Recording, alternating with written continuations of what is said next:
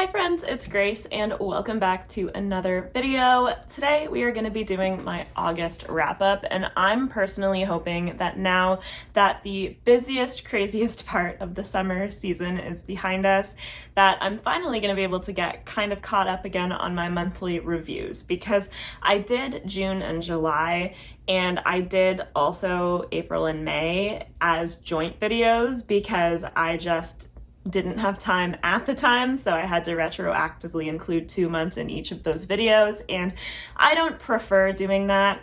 I like to have books more fresh in my mind when I talk about them, and 1 month ago is pretty much like long enough, let alone 2 months ago. So even in saying that, obviously August is the month that just passed, but this is a very interesting wrap up for me in the sense that I read 9 books, but I actually am only going to really talk to you about 3 of them here because a big chunk of what I read this month had to do with the project of the first round of Spiffo 10. And so if you're not familiar with Spiffo, that is the self-published fantasy blog off, which is a self-published fantasy competition started and hosted by the author Mark Lawrence. And I have been posting batch reviews recently because I'm part of Cassidy's team from the channel Covers with Cassidy. So the way that she runs her group is that every judge for the competition gets 30 books assigned to them, 10 judges, 300 books, the math is adding up. But Cassidy has 6 of us helping her out, and each one of us reads 10 books ourselves, which means that each book in the batch gets read twice. It's got 2 chances to be nominated as a semi-finalist. So that's the project that I've been working on, and I completed those books this month in August, and I'm not totally sure whether this video or my final batch of reviews will go up first, but either way, you'll be seeing these pretty close to one another, and all of those essentially are getting their own dedicated reviews and are getting talked about more in depth. So I will just briefly go through what those are, but I'm not going to actually talk about them here, and then I'll have that video linked in my description here. So first of all, we have Ritual Income by B.L. Brown, which I gave 4 stars. Then we have The Fires of Caprica by Mandy Odell, which I gave 3.25 stars. Then we have Oak King, Holly King, which I gave 4.25 stars. A Contract in Sulphorn, which I gave 3.0 stars. Then Odd and Ed, which I gave 2.5 stars. And last but not least, A Rose Among Thorns, which I gave 4.25 stars. So that is the list of 6 Spiffo books that I completed in the month of August, and I basically finished these right before Ben and I went on our trip out west to Kelowna, BC. And so I was ready with a fresh slate for the final week of the month to start a new book and finish some other things before the end of the month. And so for that final week, 3 things may seem like a lot, and that is way more books than I would normally finish in 1 week, but you will see why, because a couple of them are very short, and even the one that's longer is not long by like fantasy reader standards. It's more just like a normal book. So let's get into what those are. So I'm going to start with the book that I don't physically have a copy of, and that is Sea Prayer by Khaled Hosseini. And this is a very moving, very sad, honestly, short story that while we were in Indigo in Kelowna, Ben highly recommended this to me because we saw it on the shelf, and this is like an illustrated edition hardcover. So even with it being like 50 pages long, every page has like vivid illustrations and like a smaller block of text. So it really is quite short. Sea Prayer is essentially written in response to the refugee crisis in Syria, and the image that inspired Khaled Hosseini to write this book is almost 10 years old now, where the body of a 3-year-old that was trying to escape by sea had washed up on a beach. And it was obviously a very harrowing image. And so this short story recounts the basically the journey of a father and his son, and the father like them both trying to escape and the father like hoping that he can protect his son, but knowing that that's not really in his control. So of course this is very emotional and very, very sad, but I think that it was very beautiful at the same time. And I'm really glad that I got to experience it, especially with the illustrations. It was very beautiful. And then the other two books that I read, both physically while we were on our trip, have actually interesting parallels to one another, even though I wasn't expecting them to. Like, they have odd similarities that just are really interesting to me, and the fact that I read them back to back. So the first one of these is The Last Murder at the End of the World by Stuart Turton, and this came out earlier this year. And I also have The Devil in the Dark Water to read by Stuart Turton, but in the end I decided to start with his newer release. And the concept of this book is that we are on an island and we have a small village and 3 doctors who are essentially the potentially last surviving members of the human race. It's not exactly certain, but there is this mist that encroached on the world and killed everything, was extremely destructive, and the doctors, scientists on this island have come up with essentially like a barrier, like a perimeter barrier that keeps the mist at bay from this island. And so the people of the village, they live and work and sustain themselves here indefinitely, but that's how they live, is they can see the mist kind of out in the distance, but the island itself is safe because of this technology. But a murder occurs on this island, and as a result of the murder, the defenses of the island are lowered, and so there is a ticking clock here.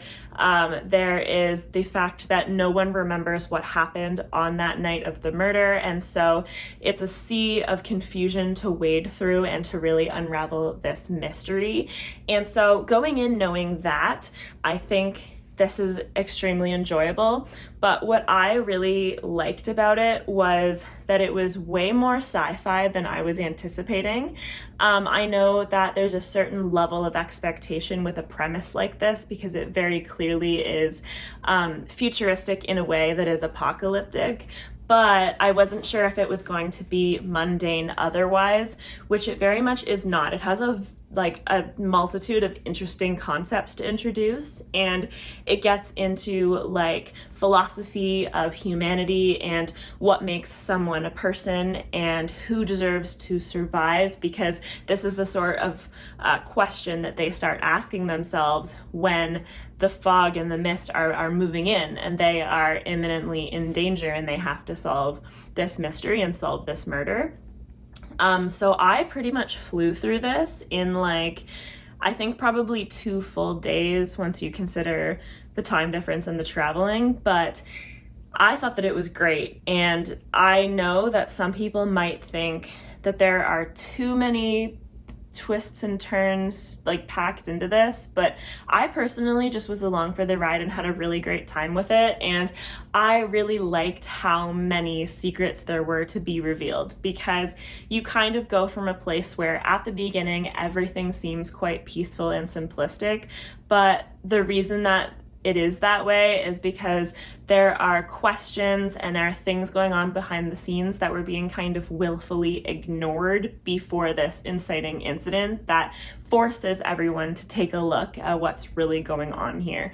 So I would recommend this for sure. It's interesting because it's such a different book from what I've read before that I don't really know how to recommend it or who to recommend it to, but I just feel like I'm broadly recommending it because I found it so compelling. And the fact that it was really easy and fast to read feels like I can recommend it without feeling like anybody's going to be picking up anything too dense or too difficult.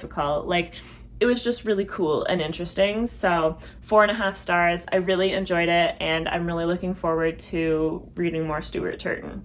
And then next up we have I Who Have Never Known Men by Jacqueline Hartman, and I also gave this 4.5 stars. And I know I said that there are some interesting similarities and parallels between this and The Last Murder at the End of the World, and I think that these are two really interesting books to talk about in the same kind of breath, because while there are similarities in terms of the fact that I Who Have Never Known Men also deals with like what it means to be human, what it means to be a person, maintaining your humanity in an extremely non-ideal situation, and this kind of like cage-like feeling where in this book we have 40 women who are kept in a bunker and they are guarded behind bars and they are fully provided for, but they receive no answers about why they're there or what has happened or if they are even on Earth anymore. This cage and then the like release from the cage has an interesting comparison to the way that the island in the other book is a little bit of a cage as well, and then the like danger starts slowly lurking nearer, and it's sort of like that they're both they both seem post-apocalyptic in their landscape, but they're both focused way more on the people and the relationships. So that's really interesting. And I Who Have Never Known Men is sort of like the antithesis to The Last Murder at the End of the World in a way, because this is like extremely slow paced. And while there is a wider mystery here, the point of the book is absolutely not to solve it. And that's not to say that our main character doesn't want to, because she definitely attempts to find answers for why the women were put in this situation and what like has happened to the rest of humanity and just all manner of questions. This is not the type of book to provide answers to those questions. And so it's a really, really interesting exploration, because it's like asking if you're still human when you are alone at the end of the world and you don't have like the familiar trappings of like what gave life meaning before. So this is definitely very slow paced. So like that's the type of reader that I would recommend this to, but it was to me like equally compelling and interesting. And I really like the retrospective telling of a life, because our main character has been essentially in the cage for as long as she can remember, where a lot of her companions are women that were significantly older than her and can remember the normal human life that occurred before whatever this was. She cannot. So she tries to kind of like extract the information from them and extract the feeling, but she'll never experience these things, but she can still form relationships with the other women, and she can still be human. Like she still is human, but just not in the same way. And so it's very, very interesting. And I don't know that I would as widely recommend this, but I think that if you're the type of reader who appreciates something more slow paced, I would definitely recommend this to you. And I really loved both of these books. So of those 3 books that I read after the Spiffo reads, I can at least say that I really enjoyed all of them. 4.5 star for both of those, and then 5 stars for Sea Prayer. And then I will just mention before the end of the wrap up that I'm currently reading Memories of Ice, which is Malazan book 3 by Steven Erikson. And I probably was between 20 and 25% of the way through Memories of Ice by the time the month actually ended, but the bulk of that book will be going into September as it is now.